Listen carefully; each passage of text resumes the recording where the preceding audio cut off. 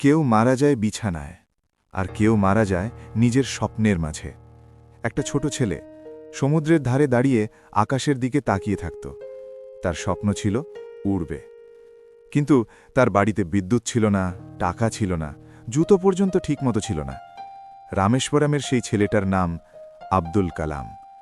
সকালে স্কুল, আর ভোরবেলা সংবাদপত্র বিক্রি, কারণ সংসার চালাতে হবে আর নিজের পড়াশোনার খরচও জোগাড় করতে হবে।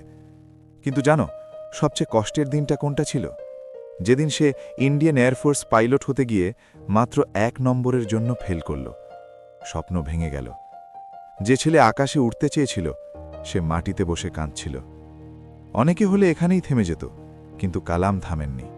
তিনি বলেছিলেন, dream is not what you see in sleep, dream is something that doesn't let you sleep. তারপর শুরু হলো নতুন লড়াই। আইএসআরও, রকেট, মিসাইল, দিন রাত ল্যাবে কাজ। অনেকবার ব্যর্থতা, রকেট বিস্ফোরণ, প্রজেক্ট ফেল। কিন্তু একদিন ভারতের প্রথম স্যাটেলাইট লঞ্চ ভেহিকল সফল হল। তারপর আগ্নি, পৃথিবী, ইন্ডিয়া বিকেম পাওয়ারফুল। আর তখনই পুরো দেশ তাকে নাম দিল মিসাইল ম্যান অফ ইন্ডিয়া। কিন্তু জানো, সবচেয়ে বড় ব্যাপারটা কি? রাষ্ট্রপতি হওয়ার পরেও তিনি ভিআইপি গাড়ি চাননি, বড় বাড়ি চাননি। তিনি শুধু বলতেন, আমি ছাত্রদের সাথে থাকতে চাই। শেষ দিনেও স্টেজে দাঁড়িয়ে ছাত্রদের শেখাতে শেখাতেই তিনি শেষ নিঃশ্বাস ত্যাগ করেন। কি অদ্ভুত না? এই মানুষটার জন্যই ভারত মাথা উঁচু করে দাঁড়িয়েছে।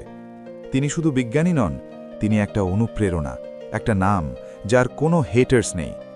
Doctor APJ Abdul Kalam.